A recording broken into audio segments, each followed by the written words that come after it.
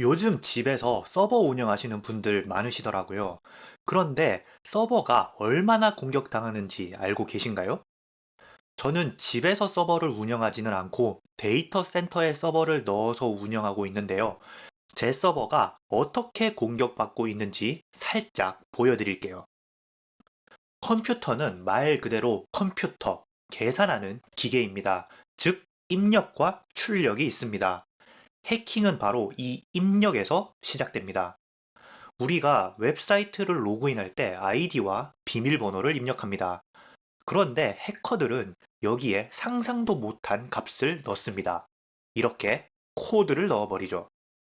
프로그래머가 멍청해서 아이디와 비밀번호로 들어오는 문자들을 체크하지 않고 처리를 해버린다면 비밀번호 확인 없이 관리자로 로그인되어 버리는 참사가 발생합니다.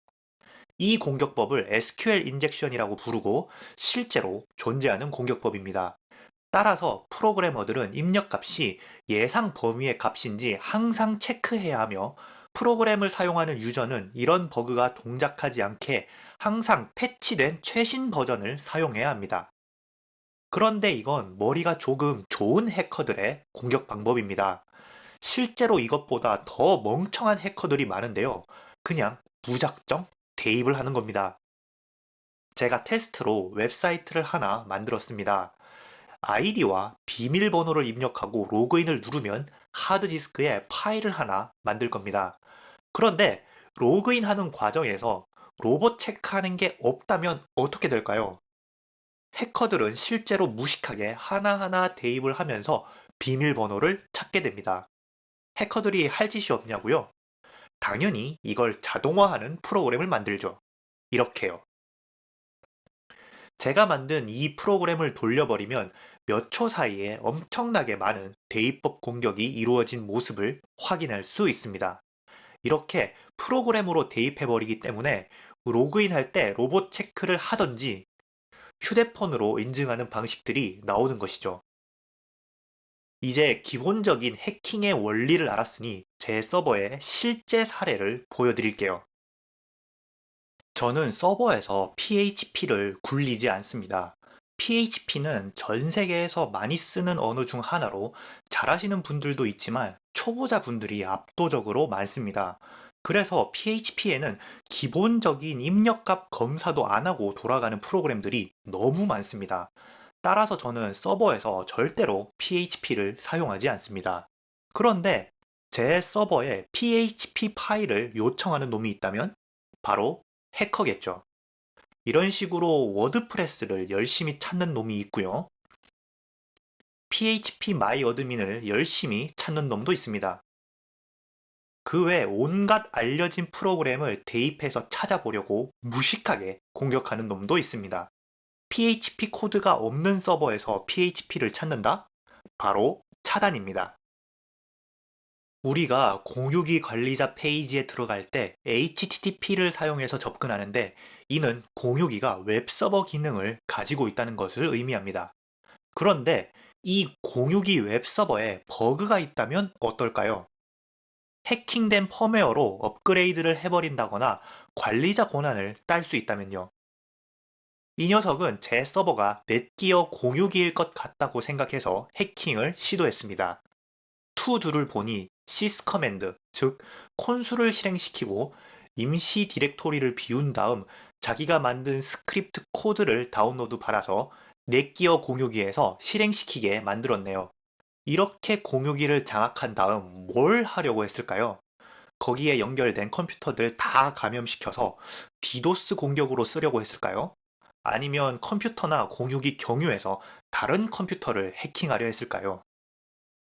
이건 우리가 앞서 본 공유기 해킹과 비슷한 건입니다. CCTV에 랜선을 연결하면 HTTP를 통해서 영상을 볼 수 있죠.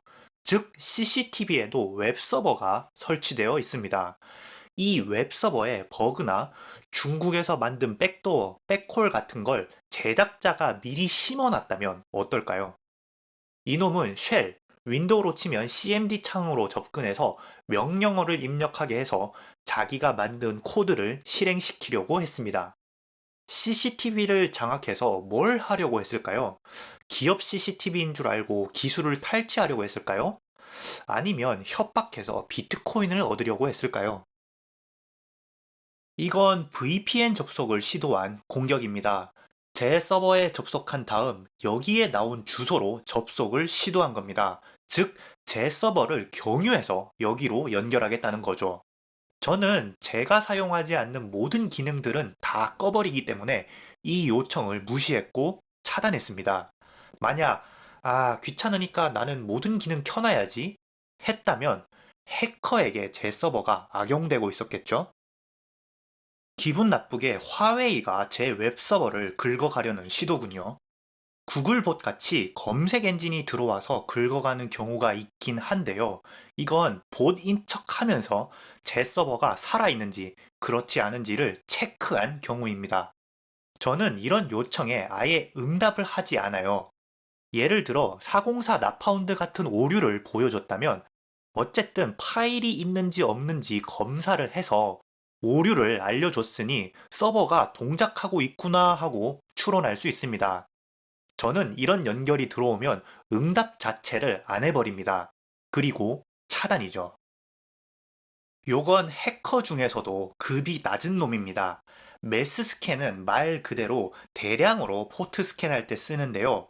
공격해야 할 포트 번호를 찾기 위해서 이러한 프로그램을 사용합니다. 그런데 공격이 목적이면 들키지 않게 에이전트를 숨겨야 하는데 숨기는 코드조차 못 짜는 멍청한 놈이네요. 이런 바보들은 바로 차단입니다. 이번에는 메일 서버입니다. 메일 서버인데 이렇게 HTTP처럼 접속을 시도하는 놈이 있습니다. 보안을 위해서 웹서버 포트를 바꾸는 경우가 있는데 해커가 웹서버 포트를 바꾼 건 줄 알고 메일 서버에 HTTP 요청을 보낸 것이죠. 만약 메일 서버 프로그램이 멍청해서 이렇게 잘못 요청이 들어오는 경우를 걸러내지 못하고 다운된다거나 오류로 다른 코드가 실행된다면 대참사가 일어나겠죠. 비밀번호를 대입법으로 알아내려고 한 사례입니다. 이메일 계정의 비밀번호를 알아내서 다른 서버로 스팸을 보내려고 했거나 알아낸 아이디와 비밀번호로 다른 사이트, 네이버나 카카오 같은데 로그인해 보려고 하는 시도입니다. 그런데 특징이 보이시나요? 몇 초 간격으로 비밀번호를 자꾸 틀리고 있는데 IP가 같으면서도 달라요. 이렇게 해커는 특정 IP 대역 전체를 감염시켜서 비밀번호를 대입하기도 합니다. 서버 관리자가 좀 멍청하다면 개별적인 IP가 비밀번호를 한 번씩 틀렸으니 정상적인 케이스라고 생각하고 넘어가겠죠. 이 녀석의 경우 상당한 실력을 갖춘 놈이네요. 물론 저는 이 대역 전체를 차단했습니다. 이 녀석은 포트 스캔 또는 간을 보고 있는 중입니다. 메일 서버에 접속한 다음에 아무것도 하지 않고 연결을 바로 끊었습니다. 왜일까요? 서버에 연결이 됐다는 것은 서버가 동작한다는 뜻이겠죠. 가까운 미래에 공격을 하겠다는 뜻입니다. 좀 멍청한 해커는 여기 나와 있는 이 IP로 공격을 하지만 똑똑한 해커는 간보는 IP와 실제 공격 IP를 다르게 해서 공격합니다. 아무튼 간보는 녀석 차단입니다. 저는 유랑인.com 주소를 누가 빼앗아 갈까봐 선점만 했을 뿐 이 주소로 메일 서버를 운영하지 않습니다. 그런데 보내는 이가 유랑인.com이고 실제로 저 IP는 제 IP가 아닙니다. 즉, 유랑인인 척 하면서 저에게 메일을 보낸 거죠. 그리고 이러한 메일을 실제로 수신해서 사용자가 보게 되면 금융사기 메일, 피싱 메일이 되겠죠. 이런 악질들은 바로 차단입니다. 놀랍게도 1초 동안 일어난 공격인데요. DNS에 괜히 쓸데없는 이름을 조회하는 것입니다. 이렇게 하면 해커가 제 DNS 서버 동작 여부를 확인할 수 있습니다. 그리고 DNS에는 리커시브 탐색과 이터레이티브 탐색이 있는데 리커시브 옵션이 켜져 있다면 제 서버뿐 아니라 다른 서버에도 피해를 주게 됩니다. 물론 저는 꺼두었고 이런 쿼리가 들어오는 게 말이 안 되기 때문에 이 녀석은 차단입니다. 자, 어떠셨나요? 좀 지루했죠? 사실 더 다양한 사례가 있지만 여러분들이 지루해 하시니 여기서 멈추도록 하겠습니다. 제가 이렇게 해킹의 원리를 설명드린 것은 원리를 알면 역으로 해킹을 막을 수 있기 때문입니다. 대입법 같은 경우 비밀번호를 어렵게 만들어 경우의 수를 늘려버리면 됩니다. 또한 사용하지 않는 기능들은 끄고 잘못된 설정을 제거한다면 오늘 본 사례들 중에 대부분은 공격을 피할 수 있습니다. 그리고 결함이 수정된 최신 버전의 소프트웨어를 사용한다면 더 안전해지죠. 보안 전문가들이 항상 말하는 비밀번호를 어렵게 계정마다 다르게 만들어라. 필요 없는 기능은 꺼라. 항상 최신 버전으로 업데이트를 하라고 하는 게 실제로 보안에 엄청난 도움을 준다는 것을 이제 확실히 이해가 되셨죠? 마지막으로 로그 보는 방법이나 로그 분석하는 방법 같은 것은 다루지 않겠습니다. 아무래도 제 채널에는 초보 시청자분들이 많은데 이건 프로그래밍과 서버에 관련된 상당한 지식이 있어야 하기 때문에 다뤄보더라도 의미가 없을 것 같습니다. 지금까지 유랑인이었습니다.